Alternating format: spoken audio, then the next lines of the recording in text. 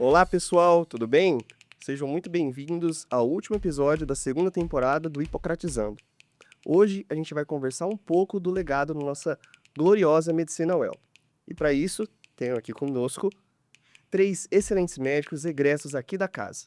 Doutores, vocês podem se apresentar, por favor? Bom, boa tarde a todos. Meu nome é Issal Udihara, sou formado na quinta turma da gloriosa UEL e cá estou a convite do Lúcio, que foi o primeiro a ser convocado para essa conversa hoje do Hipocratizando, e eu trouxe mais um colega que vai se apresentar agora também para fazermos jus a uma conversa importante de um dos ícones dessa UEL, média UEL, que é o seu Sérgio Russo e o seu mascote, Dr. Perobal. Boa tarde a todos, ou boa noite, não sei que hora vai ser apresentado. É um prazer muito grande estar aqui com vocês, nesse núcleo de telemedicina. Dizer que meu nome é Adaelson, primeiro e único, né? Não tenho xará. Né? Sou egresso também da UEL, sou da quinta turma com o ISAL. Sou nefrologista e atualmente, aliás, desde a minha saída, atuo em Maringá. Então é um prazer muito grande estar aqui para falar sobre uma pessoa que marcou época, né? O Dr. Sérgio Russo. Então estamos aqui à disposição para vocês. Meu nome é Lúcio Baena, eu sou formado na UEL, eu sou da turma 44, de 97. Eu sou docente da neurologia aqui na nossa casa e eu sou docente do recém-criado curso de História da Medicina, aqui para o nosso curso, né? E sempre nas minhas manifestações online, por escrito, eu vejo que um dos meus deveres com a casa. Sim, neurologista tem muita gente boa que pode ensinar neurologia a vocês, mas o meu compromisso, um dos maiores compromissos meus é com a memória do curso. Nosso curso é novo, então nunca se deu o trabalho de registrar aqueles que vieram nos anos 70, épocas difíceis inclusive, para fundar o nosso curso, e é a altura do que ele é. Então um dos meus papéis é, na verdade, cultuar a memória e os feitos daquelas pessoas que acabam sendo esquecidas.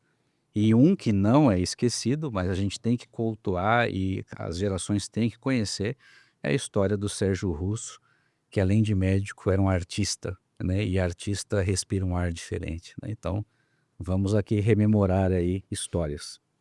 Com certeza. Muito obrigado, doutores, pela participação, todos vocês. É um prazer ter vocês aqui para conversar com a gente.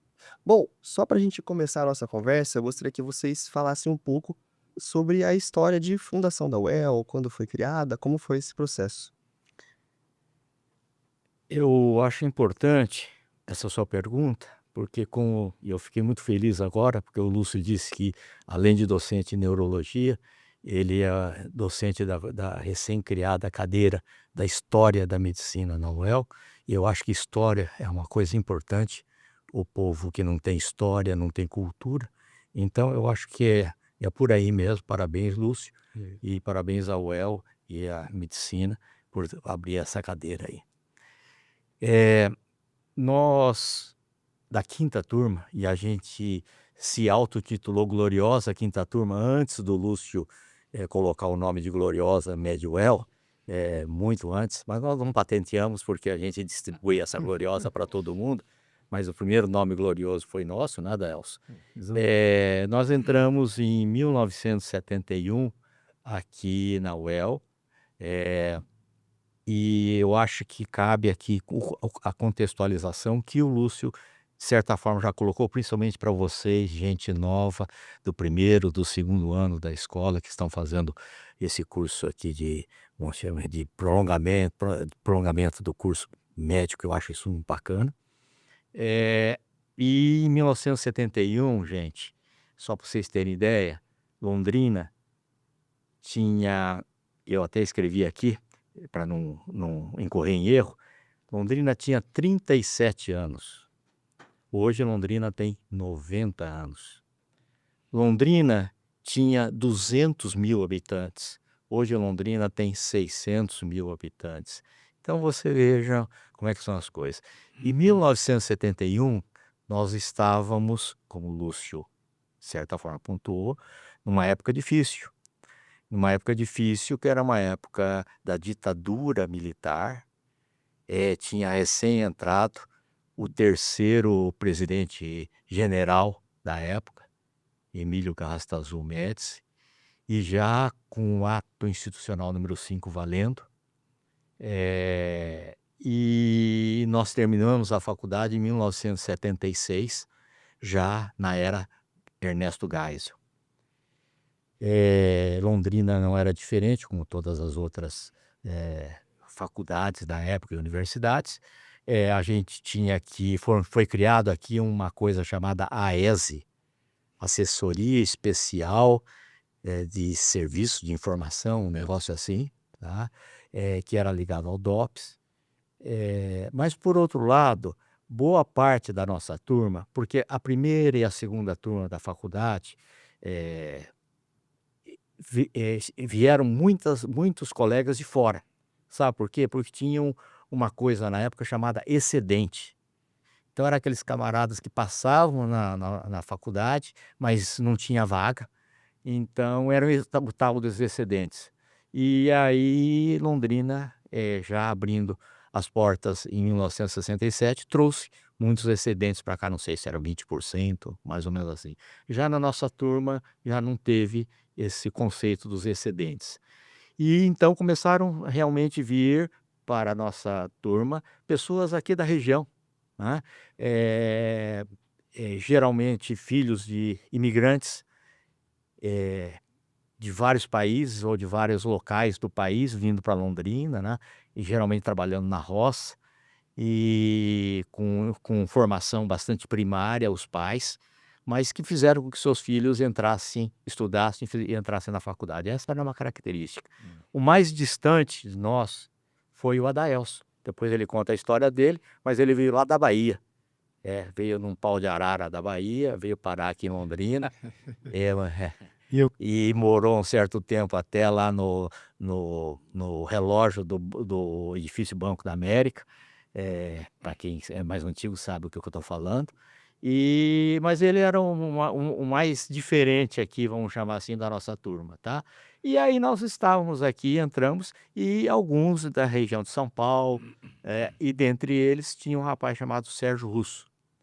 Esse Sérgio Russo é oriundo de São Caetano do Sul, tinha um irmão chamado Rubens Russo, que tinha entrado na terceira turma, e aí ele seguiu os passos do irmão. O pai e a mãe deles era de uma classe média alta lá em São Caetano, ofereceram condições para eles, estadia. Eles não moraram em repúblicas aqui, o pai deles deu um apartamento para eles morarem, depois dividiu, inclusive, e lá veio o Sérgio Russo. Eu vou deixar para todo mundo falar um pouquinho, eu vou deixar agora para o Adaelso falar um pouquinho sobre o colega e a nossa turma. eu acho que antes de falar do colega, só queria dizer algumas coisas sobre o início do curso de medicina, né? Apesar de nós estarmos na quinta turma, mas pouca coisa tinha mudado entre a primeira e a gente. Então, por exemplo, o curso básico, algumas disciplinas básicas eram no campus, né? E não havia asfalto. Até o campus não tinha asfalto. E tem uma coisa muito interessante, tinha uma cantina muito precária. Então, a gente ficava por lá e não tinha um local para merendar, etc, etc, né. E quando chovia, às vezes o ano não passava. Então era uma dificuldade grande. E uma parte do nosso curso foi feita no Hugo Simas. As aulas teóricas, algumas eram no Hugo Simas. E quando nós começamos com o hospital, inicialmente o hospital universitário era na Rua Pernambuco, onde hoje é o São Era a Coab e agora acho que fechou, É, fechado. era ali um hospital pequeno, né, mas foi nesse hospital que foi feito o primeiro transplante de Londrina, um hospitalzinho pequeno. E quando nós começamos o curso clínico, o nosso hospital era aqui, onde era um sanatório de tuberculose. Então, assim que tudo começou. E falar do Sérgio, o Saulo já comentou alguma coisa, eu tive uma convivência muito grande com ele, e vamos contar a história, vamos contar. Aprendi muito com o Sérgio, o Lúcio falou uma coisa muito interessante. Sérgio foi um médico e um artista. Eu diria, Sérgio foi um artista só. Ele apenas fez o curso de medicina, né? E com as dificuldades, mas sem dúvida nenhuma, mas ele deixava muito claro que ser médico era apenas um desejo do pai, mas ele realmente não era aquilo que ele curtia. Bom, o curso de medicina, as primeiras reuniões foi na década de 50. Então, a Associação Médica de Londrina se reunia e os filhos da cidade iam estudar em São Paulo ou Curitiba, basicamente era isso. Então, houve um movimento na Associação Médica, inclusive com a própria Igreja Católica, eu não lembro quem que era, Dom Albano, quem era, no sentido de se pensar no curso de medicina aqui em Londrina. Dom Geraldo Fernandes. Geraldo, perdão. E Albano foi bem depois, né? Exato.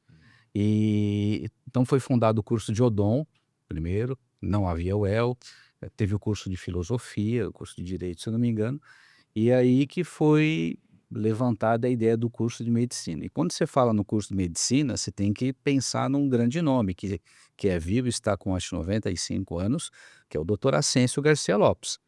O Dr. Ascencio veio da USP de São Paulo, né? Até hoje se fala, eu até fui atrás disso, eu achei que era, vamos dizer assim, um elogio exagerado, mas que ele foi um dos melhores residentes da cirurgia abdominal, e eu fui atrás disso, realmente foi um grande nome na sua época de residência. E ele foi o grande timoneiro de montar o curso. E vale lembrar, a gente estava na época do regime militar, e ele foi buscar pessoas pelo nome e competência, independente de questões políticas. Então, por exemplo, ele trouxe Samuel Pessoa, que hoje é o nome do centro acadêmico, mas naquela época era Pedreira de Freitas, né? Tem um jornal aqui que eu trouxe para vocês. Então, a Ascencio foi garimpando, trouxe o pessoal, por exemplo, que veio de Sorocaba HC, como o professor Thomson, ainda vivo, a Zuleika, que veio da USP, trouxe o Eduardo, que veio do Rio de Janeiro, que foi o pioneiro da pediatria, e depois veio o pessoal do Rim, veio o Dr. Mocelin, depois veio o Dr. Pedro, Dr. Anuar, Pareja. esse eu não É. conheci. E vale dizer que o primeiro transplante de coração, se você pegar a foto, que você tem lá o professor Zerbini, quem estava logo atrás foi aquele que fez o primeiro transplante aqui. Foi o Dr. Lauro Brandina, ele está na foto do primeiro transplante cardíaco do Brasil, e ele veio e trouxe o transplante de rim, foi em 75, no Hospital Universitário, que era antes, até 72, se não me engano, era o Hospital Evangélico. O Hospital Evangélico foi para onde é hoje, e aí virou um pronto-socorro municipal, e aí depois o HU, né? Certo. Me parece que foi, que havia na época de vocês, aqui era mais um estágio clínico, né, que dividia com o sanatório. Acho que só a partir de 79 que esse prédio ficou exclusivo para o curso de medicina. Então, o início, o doutor Ascencio foi o grande timoneiro, e ele foi caçando pessoas em Curitiba e em São Paulo para formar o curso. Vale dizer também que naqueles idos, os docentes, eles tinham praticamente a mesma idade dos estudantes. Então você era tudo recém-formado, então o Dr. Thomson tinha menos de 30 anos, todos eles tinham menos de, talvez só o Pessoa, que era antigo, e talvez o Costa Branco, que deu aula de anatomia para vocês, e talvez esse sim, um pouco mais de idade, mas naquela época todos eram praticamente da mesma idade. Então eles eram colegas, eles não eram professores apenas, não, eles saíam, iam em bar, tal, e viraram amigos, e todos no ideal de fundar um curso, né. Então essa história do começo e com as dificuldades. Você falou da ESE, a gente sabe que havia um coronel do exército que ele fiscalizava a universidade, né. A UEL é de 70, o curso é de 67, e aí em 70 que se tornou a Universidade Estadual de Londrina. Então esse foi o começo. Perfeito, doutores, muito legal conversar com os senhores, é uma cultura sem fim, a gente aprende muito. E a gente percebe que nesses tempos as primeiras turmas, do curso estão completando aí 50 anos e até tem os eventos e tudo mais, nos quais os pioneiros do nosso curso recebem a bandana laranja, que é uma tradição atual. E eu queria saber como são essas tradições ao ver de vocês. O que vocês acham delas, até do Perobal, da questão da bandana também? Eu acho interessante isso, porque a primeira vez que eu vi a tal da bandana, e aí é uma bandana que chama atenção, porque é laranja, foi na festa de 50 anos da primeira turma, a filha de um dos formandos da época, que curiosamente é a esposa, né, rapaz aqui, arranjou lá umas bandanas para eles e tem uma fotografia. Eu falei: "Que bandana é essa aí?", tá? E vi que nessa bandana tinha o Dr. Perobol, tá certo? Que era da nossa época.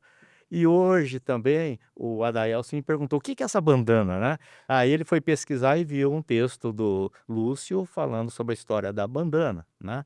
E então a bandana realmente não é da nossa época, é da época do Lúcio para frente, tá? Mas é interessante, inclusive o ano que vem vamos fazer 50 anos, eu preciso ver com a esposa do Lúcio como é que eu vou conseguir a tal da bandana, tá certo? Pra gente fazer alguma coisa aqui e nos bandanarmos também, tá? Pois- Eu acho isso legal. Né, só para lembrar, na nossa época não tinha bandana, era um trote, né, feito pelos calouros, rapava a cabeça, aquela coisa de trote, né? Mas depois tinha um bonezinho que a gente usava. E esse boné, acredite se quiser, ele não permitia que a gente entrasse numa fila. Você chegava numa fila, abria, deixa o doutor passar. O respeito que se tinha pelo bonezinho da medicina, né? Era um bonezinho é, verde, isso. escrito CAPEF, Capé. que o centro acadêmico na época chamava Centro Acadêmico Pedreira de Freitas, que era um pupilo do Samuel Pessoa, que tá ali- certo? Lá de Ribeirão Preto, Ribeirão Preto. tá? E esse bonezinho, como o Adaelso lembrou assim brilhantemente, diferente da tal da bandana, pelo menos no que o Lúcio escreveu, ele diz assim: a bandana era para ser usada até o dia 13 de maio, libertação dos escravos, e aí começou a mostrar toda Problema. uma questão que houve de discussões e parece que existem hoje. Tem. A gente guardava esse tal de bonezinho, mas com um orgulho muito grande, e usava muito além do dia 13 de maio, Sem dúvida. porque a gente era a mesma coisa que a gente andar na época, tá, que não tinha carro estrangeiro aqui, de um Mercedes-Benz, entendeu, tá? Então eu colocava aquele negocinho e quem tinha carro, os poucos que tinham carro, grudavam atrás ali atrás, no vidro de trás lá, o El, coisa parecida, que na época era Fuel ou Medicina Londrina. Nossa, era um orgulho muito grande. Então era essa a nossa recepção na época. E eu queria acrescentar a história do boné, como poucos tinham carro, a gente ia de ônibus ou de carona, etc, etc. E sentava no banquinho com o bonezinho até que chegasse um veterano e pedisse o lugar. Porque o bonezinho indicava o quê? Que você é calouro. O calouro não pode ir sentado. Então, levantava, e com todo respeito, nem não tinha muita confusão. Nossa, muito legal, doutores. Até essa questão que o doutor Isal comentou, até hoje permanece. Se o senhor passar aqui e dar uma reparada nos carros que estão estacionados, muitos vão ter o adesivo da Adesivo, Atlética, Medicina UEL. é interessante isso, vai ser muito legal. Muito legal essa questão da bandana também. Você conversar com as pessoas até na rua, às vezes até hoje te param e falam assim: nossa, que legal você passou. E virou uma coisa até muito simbólica, né, do curso. Inclusive, os cursinhos, as pessoas vão lá fazer discurso às vezes quando passam, é muito legal.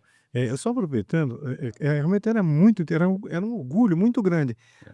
Só que até hoje, entrar na UEL, na UEM, é um orgulho, tá? Sim. Não diria em outros cursos, você basta passar em frente que você está matriculado.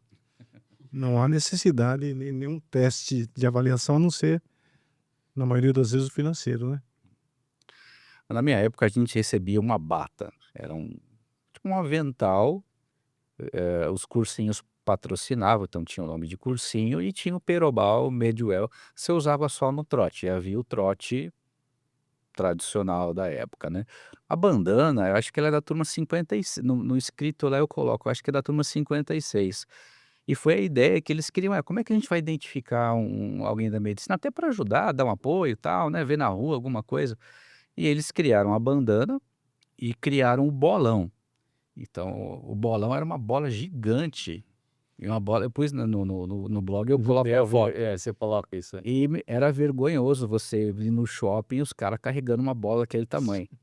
Era Depois viram que não, o que aconteceu? Essa questão da bola e da bandana já deu muita conversa, porque os outros cursos, eles tinham como meta você roubar a bola ou roubar a bandana. E o imbecil tem que esse é o nome de um outro curso, foi com canivete em cima de uma aluna.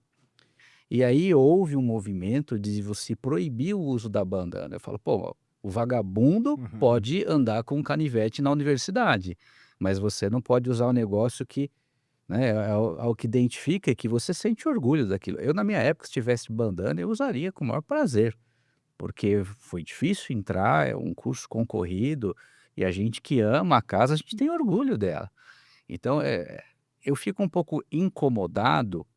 Eu entendo, é coisa de garoto, essa questão da libertação dos escravos é algo polêmico e foi mal colocado, eu acho que realmente tem que ser revisto, mas o fato de você usar é um orgulho. Então, alguns pararam de usar, hoje é opcional, a minoria não quer usar e alega essa questão, né, da libertação, que eu acho relevante, né? Mas eu vejo que o mais importante é o orgulho de você sentir fazer parte de um todo, de uma casa, de uma família, né? Então, eu acho que problematizaram demais a questão da bandana, né? Eu mesmo fui criticado quando eu escrevi aquilo, e assim, não me importo por isso. Mas eu acho que a bandana é um símbolo, hoje faz parte, hoje é considerado, depois de muitas reuniões de colegiado, é considerado um símbolo do curso, né? O que eu não sei dizer o porquê eu escrevi isso é a cor. Há várias questões da cor laranja, né? Uns falam que é por causa da cor do nariz, da mão, do perobal. Sei. E existe uma outra lenda que é o Marquezine. O Marquezine é filho do Deda, né. Deda. O Deda é da turma 1, né, doutor Francisco Marquezine, vivo. O filho dele é da turma 47, que é a turma da minha esposa, e é docente aqui, da endócrino. E uma das lendas é que ele era um nadador exímio na época das intermédias, e ele usava uma touca laranja, e diz que aquilo dava sorte e foi adotado. Eu acho que isso é uma versão mais fantasiosa, porque antes de mim já tinha a questão do laranja, né, então eu acho que é mais fantasioso, mas eu não sei, procurei saber por que laranja, eu não sei até hoje. Muito interessante. E até uma coisa que o senhor comentou, realmente é um curso muito difícil de passar, o pessoal todo mundo que rala muito, né, estuda demais para entrar, e a gente, como o doutor Lúcio comentou, a maioria esmagadora usa bandana com orgulho, assim, às vezes volta até para sua cidade natal e leva a bandana e coloca, vai tirar uma foto. É realmente um E é marco. bonito que a gente vê, por exemplo, nas formaturas, né, nas festas de formatura, o pessoal sextoanista leva banana. E eles recebem um apelido, nem sempre um apelido pronunciável, né, mas cada um recebe um apelido que é em caneteado, né, e muitos esse apelido vai durante todo o curso, né. Eu tô olhando aqui o doutor Perobal com o nariz, rosa, né, sei lá. Eu sou E lembrando que o Sérgio Russo, ele durante o curso de ginásio colegial, o Sérgio Russo era atleta, corredor. O Sérgio Russo era o Sérgio magro sim, sim, mas é atleta, nossa, não corredor. sabia. E quando começou o curso, ele também era atleta, corria, né, Isso eu e não com o sabia. passar do tempo, ele resolveu, acumular um pezinho a mais. Eu só queria, completar mais uma coisinha para vocês aí, para o registro e para essas novas turmas que estão aí, de uma realidade que nós vimos nascer aqui, e mais antes de entrar especificamente na coisa do Sérgio Russo, eu acho que o doutor Ascencio, ele, por incrível, eu conheço o doutor Ascencio de pequenininho, porque meu pai era cara antigo aqui na cidade, e a família do Ascencio também, mas a gente sabe a formação dele, sabe, tudo dele, mas ele abriu essa faculdade de medicina para todas as tendências, quer dizer, transformando isso aqui num conceito real de universidade. Quer dizer, quem é bom veio, Exato. né, independente da coloração, independente, porque aqui é o lugar para se discutir, no bom sentido, confrontar ideias, fazer crescer ideias, não de forma, corrosiva, não, não, mas de forma para então, Ao mesmo tempo, como o Adaelso falou do primeiro transplante de rins aqui no Paraná, no hospitalzinho que nós frequentamos lá na Rua Pernambuco, e outras coisas que hoje se avança muito em termos da chamada medicina curativa, medicina armada, ao mesmo tempo, na medicina que antigamente chamava-se de preventiva, hoje é o cuidado global para com as pessoas, vieram cabeças aqui impressionantes como o Nelson, doutor professor Nelson, e outros, principalmente em nível da puricultura, da medicina preventiva propriamente dita, e muito do que eles chamam hoje do crescimento e da realidade do SUS. O próprio doutor Nelson, que esteve aqui há pouco tempo, falou que muitas dessas sementes foram criadas aqui na UEL, na Faculdade de Medicina. Quer dizer, então foi uma coisa que foi crescendo para todos os lados. Eu acho que isso é muito importante. Espero que a universidade continue dessa forma. E aproveitando o gancho aí do Nelson Rodrigues, que é uma pessoa fantástica, tem uma visão assim de. E me recordo perfeitamente que nós começamos a frequentar o posto de saúde no segundo ou terceiro ano, sem nenhuma formação de. O que que a gente fazia lá? A gente. Eu não, acho que foi no terceiro ano, né? Só o segundo, terceiro ano. Final do segundo, começo do É terceiro. isso. Então a gente se vestia de branco, dando a impressão que a gente era médico, e ia atender no posto, no UBS, que não era posto de saúde na época, né? E aí fazia o quê? Conversava, e ao final fazia uma receita de um vermífugo ou de alguma coisa que fosse possível, né? Então ali, então isso por exemplo, pensei em parar com o curso de medicina, né? Não era aquilo que eu queria ver doente, eu não queria ver, era um monte de teoria, e eu realmente fiquei muito tendendo a abandonar o curso. Como eu tinha abandonado um outro que eu fiz economia, abandonei, eu falei: "Não, não tenho cacife pra abandonar 2, né". Mas aí, com essa história de ver paciente precocemente, isso criou uma vontade muito grande de continuar, de estudar, etcétera. Doutores, só queria fazer um adendo aqui. Infelizmente, esse negócio de roubar a bandana e estourar o balão existe até hoje. E a gente tem que, inclusive, quando de bandana, usar um cadarço. A gente amarra os cadarços na bandana e no cinto da calça para evitar furtos. E um seguro, né? Não pode perder. A gente tem que bater a fotinha no sexto ano, todo mundo com a bandana. Sim. E já aproveitando esse gancho, eu gostaria muito que os senhores contassem como foi a experiência de fazer esse curso, fazer a Gloriosa. Na época de vocês, como foi o internato, como foram a relação com os mestres, né, os professores, os colegas? Então, a quinta turma, eu estou fazendo sempre eu começando e passando aqui, beleza? Você conhece aqui, mas a quinta turma a gente experimentou um pouquinho de tudo. Sabe o que é experimentar um pouquinho de tudo? A gente entrou recém-criado apenas o CCB lá na Fazenda Perobal, com os ônibus da VU que atolavam quando chovia e que era uma poeira que o nosso negócio, o nosso guarda-pó, era para guardar o pó mesmo, que ficava terrível, não é isso? E a gente rezava se algum colega, como eu te falei, tinha gente que tinha sítio, eles iam de jipe, né? Jipão Willys. E a gente topava ali porque sabia que não precisava empurrar o jipe, entendeu? Então é isso. E lá a gente encontrava gente com muito boa formação, nos esperando na anatomia, na histologia, na fisiologia, professor Guerra, professor Harmard, e assim vai, professor Ivan. Então, pessoas realmente com boa formação, e a gente estava lá aprendendo tudo isso aí, convivendo com colegas da bioquímica, da biomédica também, não é? No tal do negócio do Arnaldo lá, que era da cantina, porque quando chovia muito tinha que ficar lá mesmo, porque não tinha outro jeito para voltar, e foi muito legal. Essa foi a nossa parte básica. E depois nós viemos pro HUzinho, não é isso? Chegamos lá no HUzinho, quando a gente encontrou com esses professores também, com muita vontade de nos atender, e com o Nelson nos orientando para ir com as Kombi lá pro meio do mato, né, para atender as verminoses, ouvir as histórias das comadres, tudo isso aí que era uma coisa muito importante para a gente poder entender a realidade global da cidade e do campo ainda, né. Deixo para você agora um pouquinho. Só complementando, realmente foi isso mesmo, as dificuldades, mas o que a gente percebia mesmo era o interesse do docente em ensinar. Então, realmente, eles eram interessados, né, em ensinar.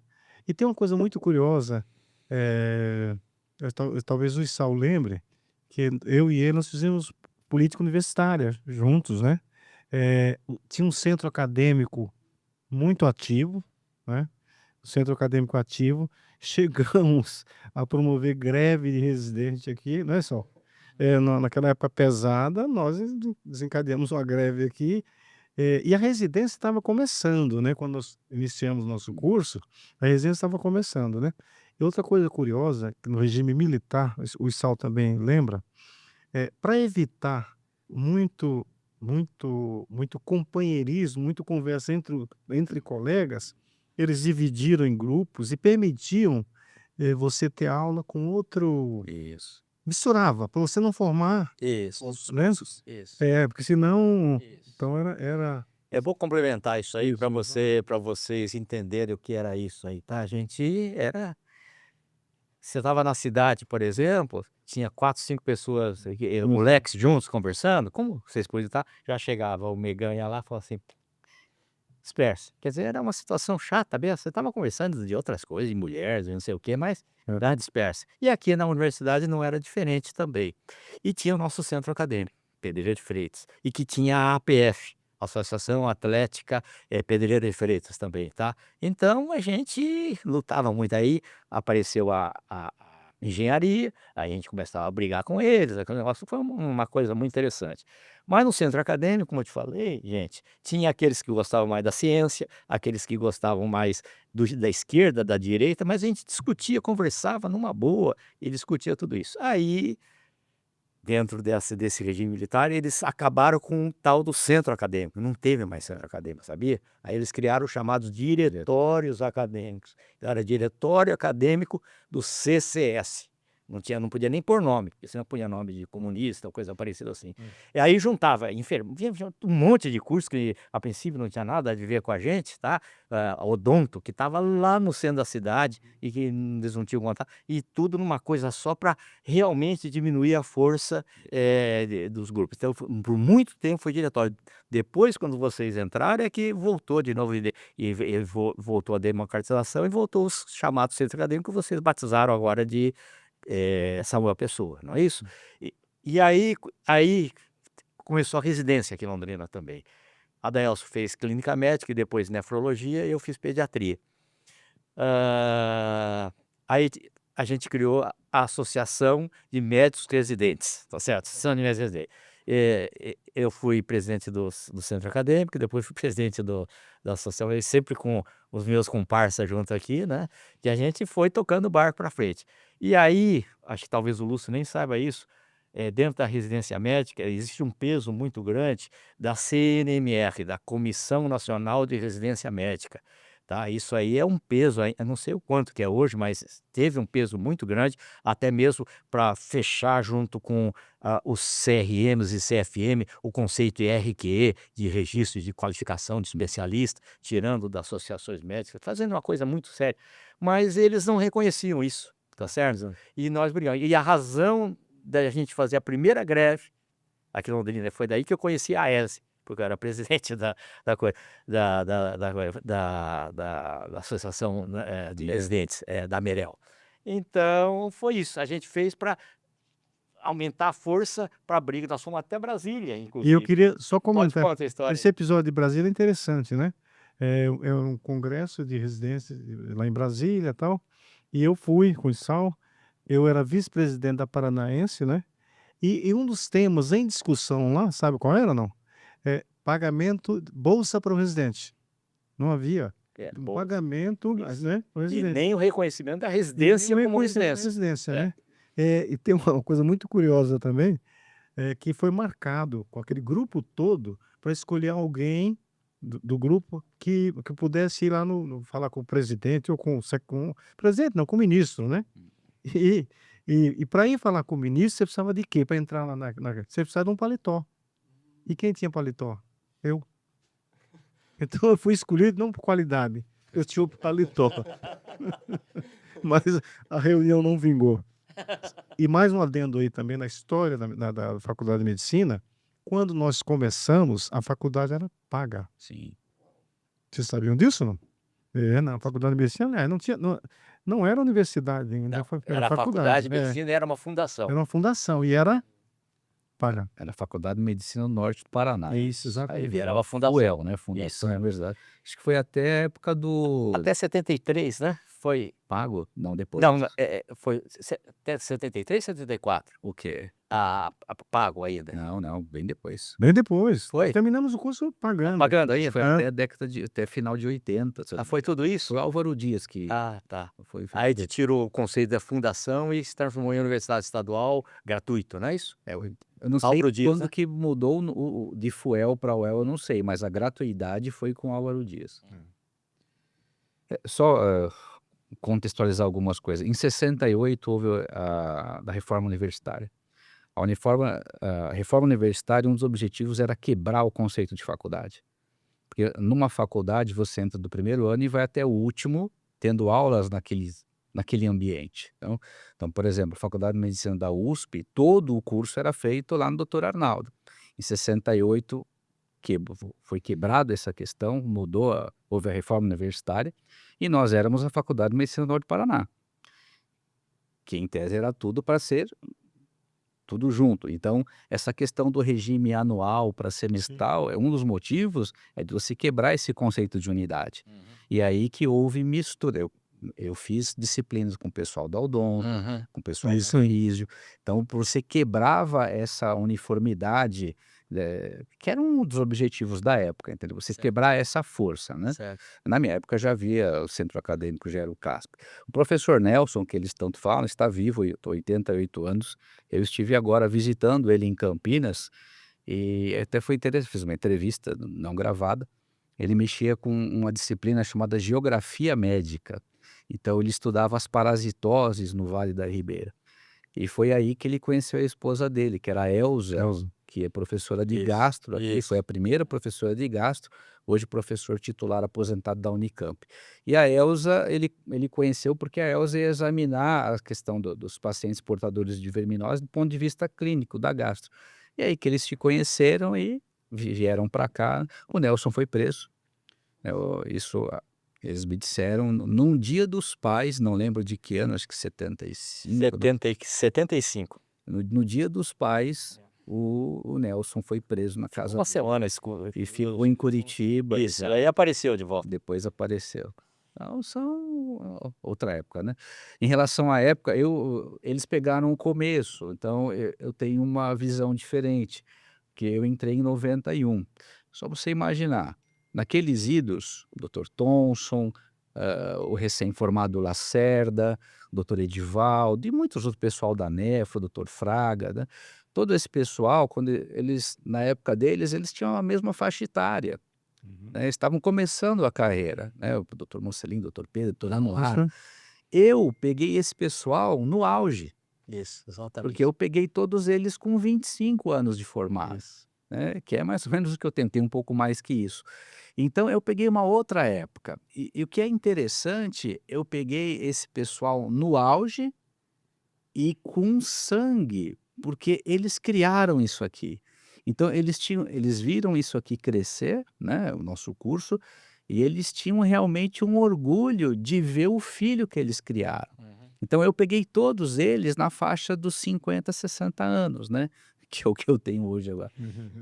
Então eu peguei uma outra época, eu peguei o curso já estabilizado, as residências todas estabilizadas e todo esse pessoal no auge, né. Infelizmente nós não temos, creio que ninguém hoje na universidade dessa época. Eu acho que todos já se aposentaram ou faleceram ali. Eu queria só falar de um episódio aqui na época da Revolução. A coisa era tão pesada que o que vocês viram, vou exagerar um pouquinho, né? O que vocês viram com o Covid, nós vimos com a meningite. Então, houve um surto de meningite, mas algo assim impressionante. Só que não se falava nada. Isso não foi divulgado. O governo não permitia divulgar. Pra vocês terem uma ideia, com o neurologista do lado, a gente andava no corredor com Agulha. uma agulha de punção, só passar iodo ali, e puncionar, via pus mesmo, né? Então, mas isso não foi permitido divulgar, lembra disso, Sal? Mas morria gente, isso aqui encheu, o corredor cheio de gente com meningite e o silêncio reinou. É interessante. Nossa. Doutores, mas que legal que é. Eu fico tão feliz de ter uma faculdade assim, poder ter aonde fazer parte de uma faculdade, tem tanta história, né? A gente às vezes nem imagina, por exemplo, olha que história sensacional essa de ir para Brasília, para outra época, né? Questão de residência, muito interessante mesmo. E, doutores, eu queria conversar agora um pouco com vocês sobre a questão do Dr. Perobal, como surgiu, como foi esse processo e até a questão do Dr. Sérgio Russo também. Eu vou começar de novo. O Sérgio entra. Então nós tínhamos 80 colegas, né? Na época, diferente de vocês, 70% eram homens, ou 75%, e 25% mulheres. Hoje, com certeza, inverteu, ou se não está quase. É isso? Inverteu. Então, e como se diz, uma boa parte oriundos da região aqui do norte do Paraná mesmo, filhos de agricultores, como eu falei, tinha uns que vinham de Jeep aqui, de Kombi, né? Mas tinham aqueles que vinham. O Sérgio já era um diferenciado. Ele era, na época, magrinho, corredor, já tinha barba, né? Já tinha barba, né? Sim. Tinha uma barba já. E ele era diferente. Dava para cheirar, cheiro de São Paulo, assim, né? E ele tinha um Jeep azul. Isso. Mas o Jeep dele é diferente. Ele não era sujo, não. Ele era um Jeep bacaninha da época já. E a gente via que ele era diferente.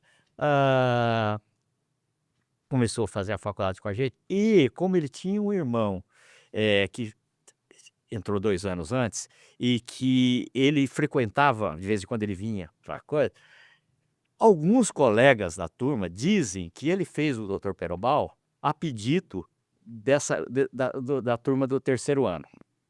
Nunca foi confirmado isso, nunca foi confirmado. E é verdade isso porque o Lúcio conseguiu resgatar junto com um colega da primeira turma, que eu vou pedir para o Lúcio me emprestar aqui, por favor. Na época eu falei para vocês que tinha um negócio chamado CAPEF, Centro Acadêmico Pedreira de Freitas. E quando, no ano que nós entramos, 1971, eles fizeram o primeiro número do órgão oficial do centro acadêmico. E o Lacerda conseguiu o quê? Do primeiro ano, e ainda é professor aqui, né? Não, aposentou. Já aposentou, deu para o Lúcio, e eu tive o prazer de folhear isso aqui de novo, porque eu não tinha mais essa coisa aqui. E aí foi estampada aqui a figura aqui do Dr. Perobal, foi a primeira vez que ele colocou aqui, e uma tirinha aqui de humor no final aqui, tá certo? Então, agora, existia o seguinte, aquelas pessoas que vieram, lutaram para ser médicos, estudaram, se formaram, não repetiram de ano, ainda muitos deles trabalham hoje, tá certo? E tudo bem. E existe aqueles que talvez nem fizeram medicina, como disse brilhantemente o Adaelso, como é o caso do Sérgio. Mas é interessante, sabe? Então, são as pessoas diferentes. Aí, na época, o presidente dessa turma era o 3º presidente do centro acadêmico, chamado Bolívar.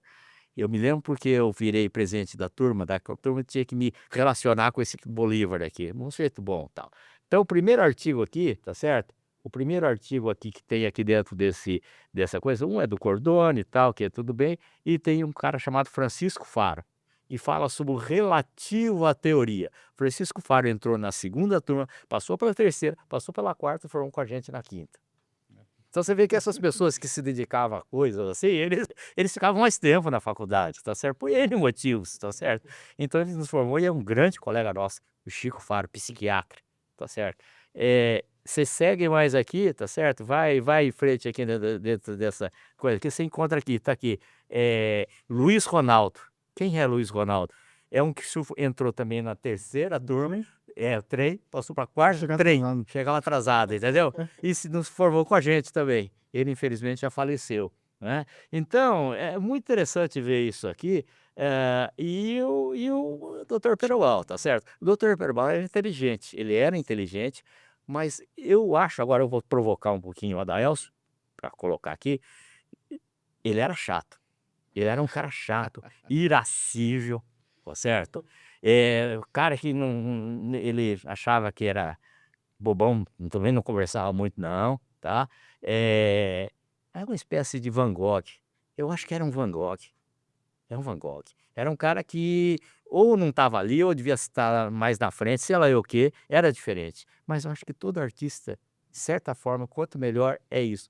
Então, Passa a bola. se eu complementar aqui, realmente, Sérgio, a maioria, eu vou falar a maioria dos colegas não gostavam do Sérgio, porque ele era um artista, era um cara fino, refinado, não que a gente não fosse, eu jamais fui, enfim, mas como o Saulo está aqui, vocês terem uma ideia de como era o Sérgio, não só ele.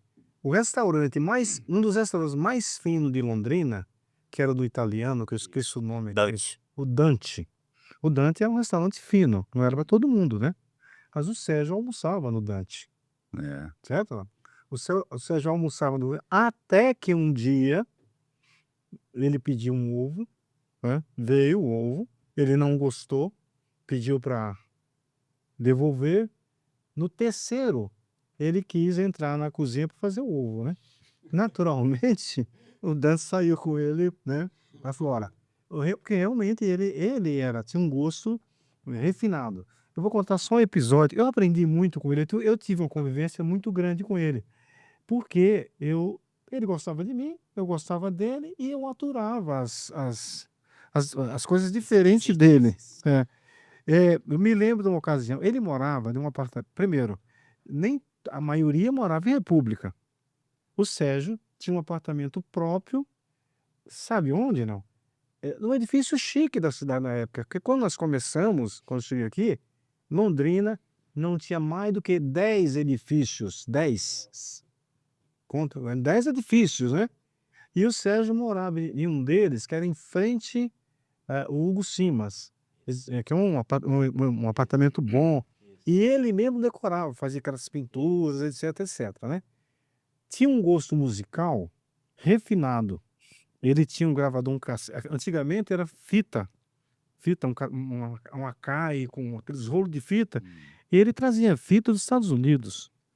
Então, música de primeira qualidade. Então, eu ia para lá e ficava ouvindo música. E um episódio, que eu não sei se o Sal sabe dessa história, um dia nós fomos, eu e mais um colega de turma, fomos lá no apartamento dele. E ele estava tomando banho. Aí falou, fica à vontade aí, ó. Lá no armário tem um esquinho lá. Fica à vontade enquanto eu termino o banho para conversar com vocês.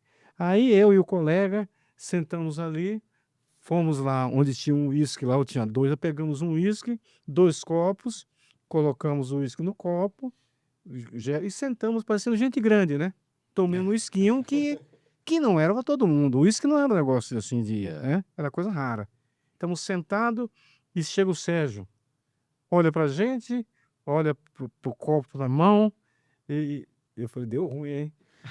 Aí ele falou assim, com licença. Aí tirou das nossas mãos os 2 copos. Eu falei, ih, rapaz. Aí ele foi até a cozinha, né? Ele ouviu o barulho do uísque sendo derramado. Aí ele voltou e falou assim, olha, 2 coisas. Primeiro, esse uísque não é bom. Tem um melhor. Segundo, isso não é copo de uísque. E daí para frente eu jamais tomei uma bebida que não fosse no seu copo adequado, tá? Então, eu me chamo de beiço fino. Não, no copo de uísque é esse. Vinho é aqui e não adianta querer me dar num copo de americano. Então, essas coisas sério. E o gosto musical. Se você chegava na casa dele, era música de primeira qualidade. Então, à medida que você passa a conhecer aquilo, você acaba gostando, né? Então, realmente o Sérgio falava inglês correntemente naquela época, e também idioma não era para todo mundo, né? Não era todo mundo que falava além do português. Bom, eu não conheci o Sérgio de Conviver, conversar. né? Eu o vi em exposição, mas não conheci, né? Então vou falar o que eu sei. Eu conversei com a esposa dele, acho que a segunda esposa era Teresa. Tereza. Teresa, Porque ele conviveu na que Alemanha. mora no Rio de Janeiro, se eu não me engano. Eu conversei com ela e ela falou: olha, acho que tem um conceito errado. Pelo que o Sérgio não era o Perobal. Isso. Porque o Sérgio era magro. É. Ah, e o Perobal, você vê, era gordinho. E era uma peroba, na verdade. E, na verdade, com o tempo, aí o criador se uniu à criatura. Mas não, pelo que eu sei, o início não era um alter ego dele. Ele criou o personagem das tiras, mas com o tempo ele acabou se tornando muito semelhante, porque é barbudo, gordinho, né? Tanto aquela foto que eu mostrei para vocês. E o Sérgio, eu não lembro se ele foi para os Estados Unidos primeiro, não sei, ou se foi para a Alemanha. Estados Unidos. Foi Estados Unidos. Mas o Sérgio ele era membro de uma associação muito seleta Isso. de desenhistas de anatomia. Primeiro que você não tinha residência para isso, então você tinha que ter uma habilidade, né? Essa associação ela é muito fechada. E o Sérgio é uma das pessoas que fez parte dessa associação. Então ele tinha essa certificação internacional. E o Sérgio foi para a Alemanha, e na Alemanha eu tenho aqui inclusive algumas cópias, depois vocês podem ver. O Sérgio ele foi desenhista de atlas de anatomia, né, da parte neurocirúrgica, da parte ortopédica. Quem me enviou isso aqui é o Newton Maser, que é da turma 4 e que é professor titular da USP de Ribeirão Preto. E aqui, inclusive, um desenho original do Sérgio. Então, esse é um desenho original que um dia, se nós tivermos um museu, certamente estará lá. Então, eu tenho vários desenhos aqui do Sérgio que ele, como um artista que era, ele foi para esse lado, a parte do desenho de atlas. E ele voltou para o Brasil, e que foi mais no final da vida dele, e ele se tornou um desenhista oficial da UEL. Então ele desenhava alguns livros, né? Mas pelo que eu sei, não ficou muito feliz com o tipo de trabalho que era proposto para ele. Então, realmente era algo muito aí aquém aí da capacidade de que ele tinha. Mas ele ficou o final da vida dele, aqui onde eu sei, desenhando algumas coisas para a editora da UEL, né? Então o que eu sei é isso. Então o criador se misturou com a criatura e se tornou, desde a época deles. Foi você ou foi o que mostrou aquela fotinho da caveirinha do. Acho que foi você que mostrou, né? Então o começo era uma caveirinha, que era o símbolo, né? Havia o baile da caveira, eu tenho um convite original do baile da caveira de 68, né? E depois, com a vinda do Sérgio, é que o Perobal Isso. tomou espaço. Aí depois o Perobal se tornou o símbolo do curso até hoje, né? E só aproveitando também, o Sérgio, ele 2 episódios. O primeiro, já no primeiro, segundo, terceiro ano, ele fazia as obras, os quadros dele e expunha ali no centro, perto do Cine Londrina, Londrina. bem no centro ali. Viraí. Mas, como todo artista, coloca na rua, não vai viver daquilo. É difícil viver da arte, né? A não ser que tenha. Difícil. E ele ficava muito chateado. Ele, se o pessoal não reconhecesse o talento dele, que ele achava que tinha, ele realmente tinha. E esse episódio da faculdade, ele acabou indo trabalhar lá na faculdade. E aí uma coisa curiosa, lá ele era mais um funcionário, igual a todos. Só que lá na faculdade, ele queria ser o doutor Sérgio. E aí era um conflito, né? Ele tinha que ser tratado lá como todos, mas ele queria o tratamento de médico. Então isso gerou, ele acabou saindo desgostoso lá com o tipo de serviço e a relação, muito difícil, eles se relacionavam, não relacionavam muito bem não. E é muito interessante o Dr. Sérgio, que é um artista versado em todas as áreas, né? Gastronomia, questão de desenho, e interessante também que ele mesclou essa parte artística com a medicina, né? Virando desenhista de livro de anatomia. Inclusive, muito bom. E não só livros, né? Vale dizer que naquela época não tinha computação gráfica. Então, muitas das teses dos anos 70, né? Exato. O Sérgio desenhou para todos os colegas, entendeu? Então, E eu tenho a honra dele ter ilustrado um livro meu. Eu escrevi um livro e ele ilustrou, né? Via história, ele fazia, né? livro técnico ou Quem sou eu para escrever técnico? até Não, livro só de histórias. É mesmo? Histórias que nunca aconteceram, mas um dia pode acontecer. Falaremos sobre Do isso. livro. Histórias de Piritiba. Vai do volume 1 até o 23. Ó, Até agora, escrito só tem 5, né? Mas vai até o 23, é uma questão de tempo. Você editou? Sim. Ah, É. precisa ir atrás disso. Doutores, a gente viu que ultimamente, ali no corredor do próprio CCS, a gente tem as placas das turmas já formadas aqui pela casa, pela Sim. Gloriosa. E eu queria saber o que os senhores acham da tradição e desse resgate da memória de todos aqueles que passaram na Gloriosa Medicina UEL. a nossa turma acho que foi uma das primeiras que colocou uma placa lá. E aproveitando os nossos colegas que eram docentes aqui, particularmente o Kazuhiro Ito, que era docente de patologia, e aí nós falamos: "Escolhe o melhor lugar para colocar a nossa placa aí e tal". Ele falou: "Ah, tem que ser no anfiteatro aqui", tá lá ainda até hoje lá, Tá na canto, tá. a placa não foi tirada. Não. Lúcio conseguiu, eu acho que brilhantemente fazer, achar lugares e não sei o quê, estimulou outras turmas para colocarem placas lá, e a nossa tá lá.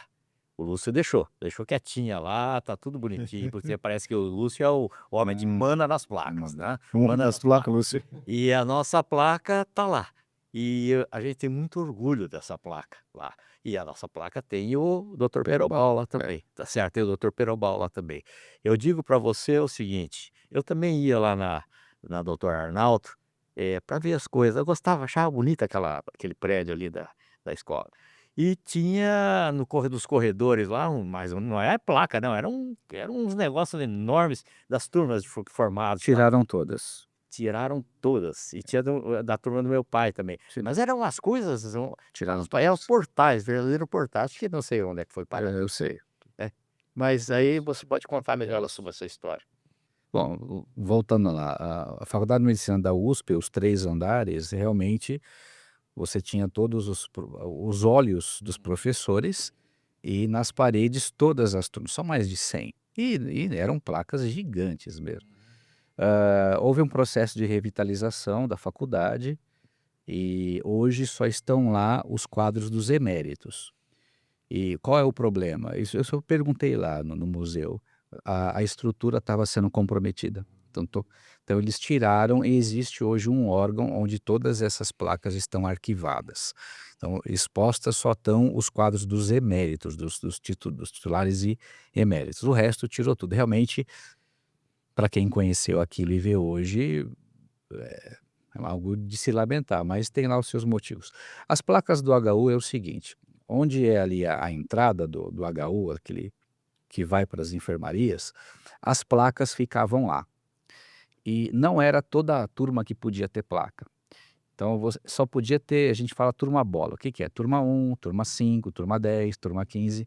Então a minha turma, que embora seja 44, tem, porque a minha turma chama turma 25 anos do curso de medicina, né, e tem um nome que é o professor Samuel, Samuel Silva, não Samuel Pessoa. Então, algumas turmas podiam ter as placas na entrada, no hall do hospital. E um dos motivos de não ter tanta placa, até porque não cabia. Um belo dia, todas as placas desapareceram. Todas foram retiradas. Eu sei essa história porque isso me estressou muito. E todas as placas desapareceram. Falaram que era por questão de limpeza e sumiram, realmente elas sumiram. Eu entrei com um protocolo oficial junto à reitoria, que eu gostaria de ter uma satisfação das placas e que se a universidade ou o hospital não tivesse interesse, que a placa da minha turma fosse dada para a gente, que a gente ia dar um jeito de expor em algum lugar. Rapaz, isso ficou anos, esse processo parado. Até que eu fui chamado uma vez pela direção, houve algumas situações mais complicadas que envolvia até polícia, por roubo de desvio de material, tinha alguma coisa assim. Mas enfim, as placas todas estavam num tipo de não vou dizer um lixão, mas era um lugar de despejo que não era nem aqui no hospital. E a direção da época, a doutora Suzana, então ela tem esse mérito, ela foi atrás, né, eu dei a entrada no processo, depois eu fui convocado, porque todas as placas foram, localizadas. E realmente todas foram localizadas, e só não havia o que fazer com ela. Então, vai pôr no mesmo lugar, não vai. Até que a professora Andréia Nami, esse mérito é dela, a gente teve uma reunião e aí a proposta, onde elas estão agora, tinha alguns avisos de vidro que nunca era usado. Então, aí houve aí a aquiescência da direção do CCS de fornecer o local para colocar em todas as placas. Então, as que eu resgatei estão aqui no corredor e a partir daí na escadaria que vai para o CCS. Então, vocês veem que vocês sobem a escada já tem. Só queria dizer que não as da escada, mas todas as placas eu paguei do meu bolso para que fossem colocadas, né? Então não houve nenhum incentivo aí do hospital. Então isso fui eu do meu bolso que eu paguei para que todas as placas fossem colocadas nos locais, né? A placa da turma deles ela não está no corredor, está na porta do anfiteatro, é uma placa bem grandão, então está lá, tal. Então com isso houve um movimento, as turmas aí, é a minha placa, é a minha placa. Então várias turmas estão colocando agora aí as placas, mas aí está sendo na escadaria do CCS. Eu acho que tem que ter mesmo, isso tem que ficar tem que eternizar aí a casa que a gente tudo deve, né? Essa é a grande realidade. Mas a placa é isso. Com certeza, muito legal. Até o seu esforço, né? Principalmente bancar do próprio bolso para colocar essa placa que, como o Dr. Isal disse, é motivo de orgulho, né? Inclusive a turma 43, que é a que eu tenho, que conheço por causa da minha mãe. Que não tem placa. Eu acho que tem uma no. Será que tem? Não lembro. Tem, Talvez tá só se fazendo na escadaria. Tá na escadaria. Pode ser. Colocaram, a galera ficou bem feliz. Pode Achei ser, é. muito legal. Voltando um pouquinho ao Sérgio, que a placa foi muito, né, muito bem explicado. O Sérgio, ele era músico também, né, vocês sabem disso. E o Sérgio, ele tocava flauta doce, saxofone, e a paixão dele era percussão. E ele resolveu comprar um surdo, chamado Treme Terra, um surdo enorme. E quem quisesse brigar com o Sérgio, ela chamou o surdo de bumbo. Você toca bumbo? Ele vinha morrendo para brigar com você. Então, era um trem terra, e aí ele saía no carnaval da vida, tocando, então adorava música, né? E flauta. Era bom de. Ele adoraria conhecer a Laranja Mecânica, que é a nossa bateria. Ah, é? Tem. Aí a gente tem. Tem YouTube alguma coisa? Tem. Procura, Delso. É Apresentações, muito tem sempre. interessante. E junto com o Sérgio, nós chegamos a tocar em baile de carnaval. Ele com aquele com o bumbo dele, né? Outra coisa interessante do Sérgio, que é o Sérgio, ele gostava muito de cerveja, né? Sim. E tem um episódio interessante. Ele gostava muito de cerveja. E uma ocasião, eu estava de plantão no pronto atendimento, e ele falou: Bahia, vamos almoçar? Eu digo: almoçar? Aqui? Eu falei: não, aqui não, imagine, no restaurante. Eu falei: mas almoçar onde? Não, no restaurante, vamos. Eu digo: não, vamos como? Né? Falei: não, vamos comigo. Aí pedi para o colega cobrir e nós fomos num restaurante chique, né? O Sérgio Russo, né? Aí sentamos, o garçom veio nos servir e garçom que conhecia o Sérgio fugia dele. E o garçom, acho que não conhecia muito, o garçom chegou e o Sérgio falou: veja 2 cervejas pra gente, por gentileza. Aí o garçom veio, voltou com uma cerveja na mão. Ele falou assim: o que eu pedi para você? Eu pedi 2 cervejas e você trouxe uma. Eu falei: sim, vai tomando essa, que para não esquentar. Naquela época não tinha nem essas. Quando você terminar, eu trago a outra. Ele falou: eu pedi 2 cervejas. Epa, foi lá e trouxe, né? Quando o cara chegou com a cerveja, ele falou assim: me veja mais 2 cervejas. Bom, eu vou parar a história por aqui, porque o garçom acho que cansou desse vai e vem. Então, realmente, o Sérgio, além de tomar a cervejinha dele, era muito exigente, né? Quantas vezes, naquele restaurante famoso também, o The House, não sei onde dizer, o Sérgio era o último a sair, o cara vinha com a cadeira e ia colocando em cima da mesa onde você estava, onde ele estava. Se a mesa era assim, ele colocava uma cadeira, o Sérgio era o último a sair, gostava de cervejinha, viu? Doutores, como nossos veteranos e egressos da UEL, os senhores têm alguma palavra ou conselho para dar para a gente que estamos trilhando o nosso caminho agora na Gloriosa? Eu também queria começar agora, porque eu estou vendo que o tempo já está mais do que utilizado aqui, mas testa aqui o Perobal. Isso, por favor. Vamos ver se pega bem ali. Viu, hein? Se pega. Eu fiquei muito feliz porque o Lúcio me procurou no consultório, perguntando sobre o original disso aqui. O Sérgio criou isso aqui quando a minha turma, nossa turma, estava fazendo 25 anos.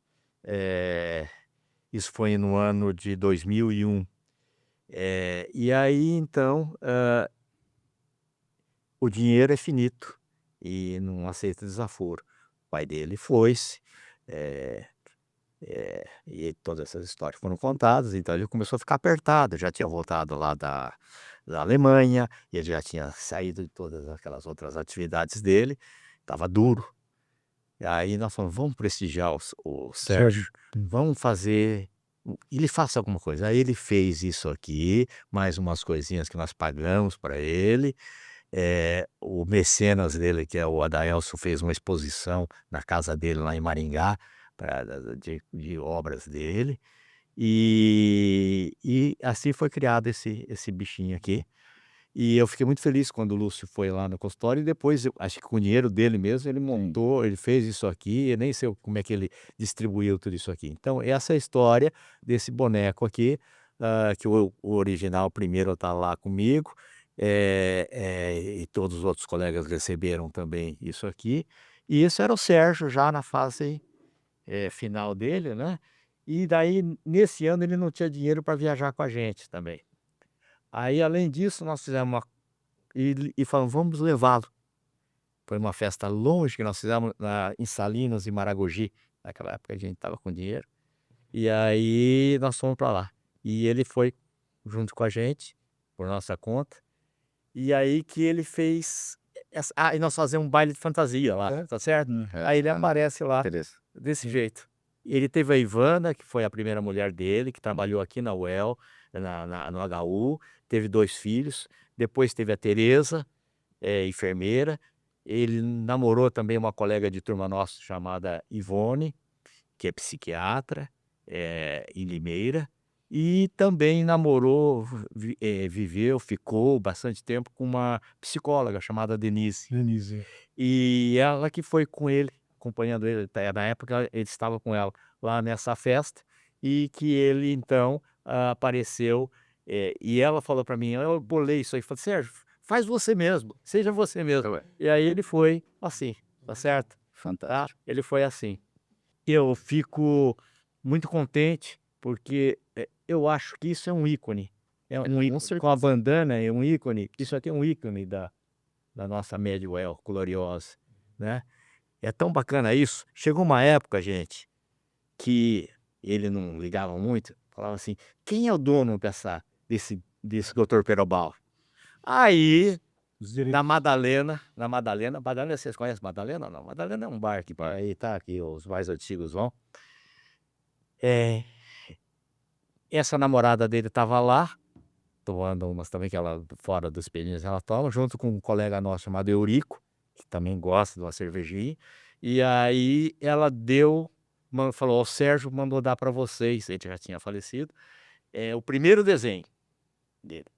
E diga que para vocês explorarem isso aí. Imagina, eu tô cobrando até hoje esse desenho. O Eurico não sabe onde ele pôs.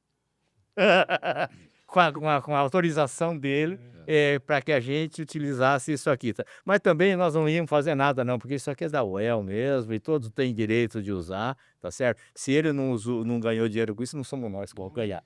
É domínio público. Vale dizer que quando eu fui reproduzir isso, eu fui no consultório do Issal, eu falei, Issal, quem é o direito? Ele falou, a turma usa, tal. Aí eu fiz em torno de uns 30, tá? Devo ter mais uns 2, 3, e eu nunca vendi. Eu sempre doei, e doei para pessoas importantes aí do curso de medicina, o pessoal do colegiado, né? Então, é uma questão de um prazer de estar divulgando o Perobal e a história dele, né? Então, nunca ganhei R$1 com isso também.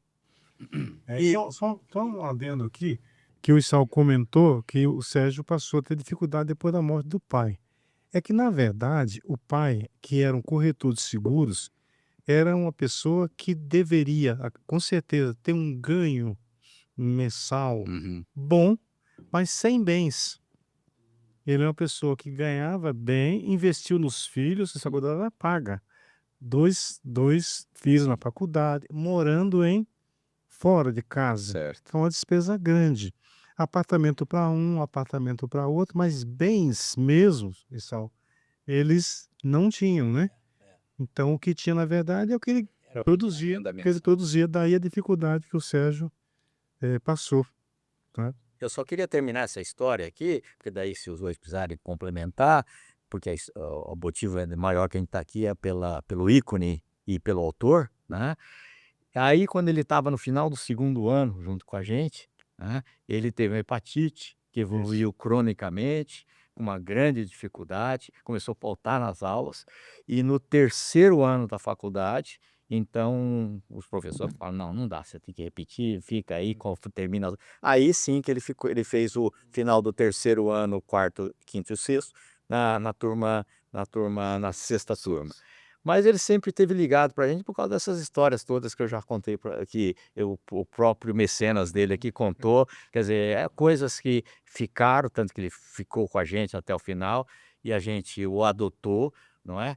E aí depois em 2010, em maio de 2010, ele foi para Curitiba, né, fazer um transplante hepático, e segundo todas as informações, no terceiro PO, ele veio a falecer.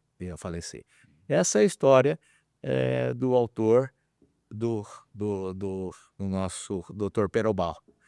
O que eu diria para vocês, para terminar a minha história aqui? Acredite nesse curso de medicina da UEL. Gostei muito de estar com vocês aqui hoje. Primeiro anista, segundo anista. Pena que eu não encontrei com a menina que mais eu falei, que foi a Isabela. Isabela. Mas valeu a pena ter perdido a tarde. Com certeza eu convenci, fiz de tudo para o Adaelson estar aqui, que é o amigo, companheiro e muito amigo dele. Porque eu acho que foi um resgate legal. Espero que a gente consiga ter isso aqui e mandar para minha nossa turma. E a presença do Lúcio, que é um entusiasta e ainda na ativa aqui na UEL, que ele continue carregando essa bandeira da nossa faculdade. É isso que eu desejo para vocês, porque vai ficar mais difícil para vocês. Eu estava vendo uma estátua com uma coisa, o número de alunos que estão se formando agora é uma coisa absurda e mal formados, e aqui aí espero que ainda esteja muito bem. E a quantidade de residências médicas que poderia corrigir isso aí não está acompanhando o número de formandos. Então, eu estou mais preocupado comigo, porque daqui a pouco eu vou ficar doente e são esses doutores que vão tratar de mim. Pelo amor de Deus, eu estou tentando segurar para ver se até a geração desse menino aqui segura para enquanto eu estiver aqui na Terra. Obrigado. Eu vou contar mais prometo que vai ser a penúltima história do Sérgio, que é uma história muito boa. O Sérgio, píssico, né? Depois, não era incomum ele aparecer no plantão aí com dor no peito, mas sempre com dor incaracterística, nunca Sim. aquela de livro, né? Ele era um cara muito inteligente e ele sabia criar confusão no raciocínio clínico, né? Tem tudo, não parece, mas não é, tem isso aqui diferente. Então ele vinha, até ele é famoso. E uma ocasião ele aparece no pronto atendimento com uma dor abdominal, que é E aí ele foi internado num quartinho especial com dor abdominal e ninguém fazia diagnóstico. O que que é? Mas a dor dele era tão esperto que era a esquerda. Falso ilíaca esquerda. Porque se fosse a direita, já estava sem o apêndice, hein? Fazia tempo. Então, dor do lado esquerdo, não sei se lembra dessa história.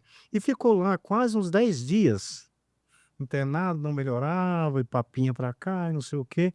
Aí um dia o doutor Pedro Gordo, que é meu compadre, muito astuto, sabia que o Sérgio gostava de uma cerveja, chegou lá, examinou, já tem um diagnóstico. Qual é, doutor Pedro? Intoxicação por chumbo, né? Que pode provocar dor abdominal. Mas como intoxicação por chumbo? Sérgio, você bebe cerveja em latinha? Bebo, então, velho. E nunca teve chumbo ali, sabia? Alta no dia seguinte, curado. Olha aí. É coisa do Sérgio Russo, né? Dr. Gordon ministrou a nossa aula magna. Hein? Dr. Pedro Gordon ministrou a aula magna da minha turma. Ah, foi? Gordon. Gordon. Gordon, é.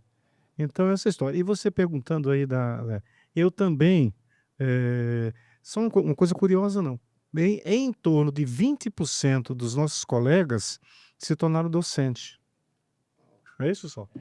Em torno de 20%, sabia disso, Lúcio? Não, sabia. Em torno de 20%. O único que não foi o Salvo, que acabou ficando fora. Então, uns 20% se tornaram docentes. Mas isso que você perguntou, eu lecionei na Faculdade de Medicina ali da UEM há algum tempo, em 2 universidades privadas, né.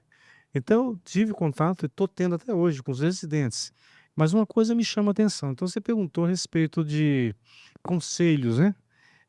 Eu acho que para você ser um vencedor, você precisa no mínimo ter 2 qualidades, né, 2 qualidades de um vencedor. Primeiro, conhecimento técnico. Você tem que ser bom naquilo que você faz. Perfeito ou não? Beleza. E segundo, relacionamento interpessoal. Perfeito? Então vamos falar do conhecimento técnico, que não é tudo. É apenas uma parte da história. Vocês já viram, talvez alguém tenha visto o House, o episódio do House. Quem não viu, vale a pena ver.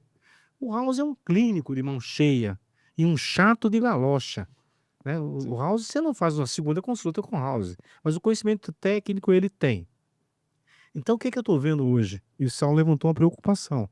O que me preocupa hoje é amanhã ficar doente, porque não vai ter médico que goste de tratar a doença. Hoje a doença não é mais o foco do recém-formado. Ele quer, com direito, ganhar dinheiro e não é tratando de doença. Perfeito ou não? Então, qual a qualidade que vocês têm? Conhecimento técnico. Vocês são bons.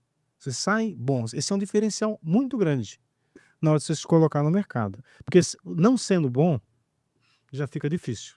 Porque o mercado está assim. Ontem uma aluna me dizendo, doutor, está muito difícil arrumar um plantãozinho. Ninguém está falando mais do valor. A consulta de R$ 30, que eu atendi esses dias, a moça me falou, não, para o clínico geral é 30, especialista 40. R$ 40. Uma consulta com um neurologista não entra nessa não. Mas, certo ou não? Com um especialista, R$ 40, o que você espera de uma consulta dessa? Essa é a realidade. Então, seja bom naquilo que você está fazendo e um bom relacionamento interpessoal. Sem isso, é isso, Lúcio? Perfeito. Empatia. Empatia. Empatia. Eu vou falar 2 coisas bem rápidas então. Vocês que são novos, vocês têm o dever moral de conhecer uma árvore que eu plantei. Conhecem a história da árvore ou não? Então é o seguinte, existe na ilha de Kos, na Grécia, o plátano, né, de Hipócrates, que reza a lenda que ele lecionava à sombra daquele plátano. Se você for estudar aqui profundamente, não é evidentemente a mesma árvore de 500 anos antes de Cristo, mas diz a história que foi sendo replantada no mesmo lugar com o passar de todos os anos. Dizem que a atual lá tem mais de 300 anos. Na década de 90, um médico chamado Petrônio, ele conseguiu uma muda original do plátano de Hipócrates e plantou na sua fazenda em Batatais ou Bebedouro. E doou uma muda para a Faculdade de Medicina da USP, onde ele se formou. E essa muda foi plantada, a muda que faleceu, morreu. Depois foi doada uma outra que está lá no CAOC. E nós conseguimos aí, com muito custo, que a família doasse para nós uma muda. Na verdade, eles doaram 4 mudas.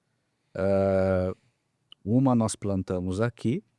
Nós tivemos que, durante 1 ano, regar todo dia com mais de 5 litros, não, 20 litros de água.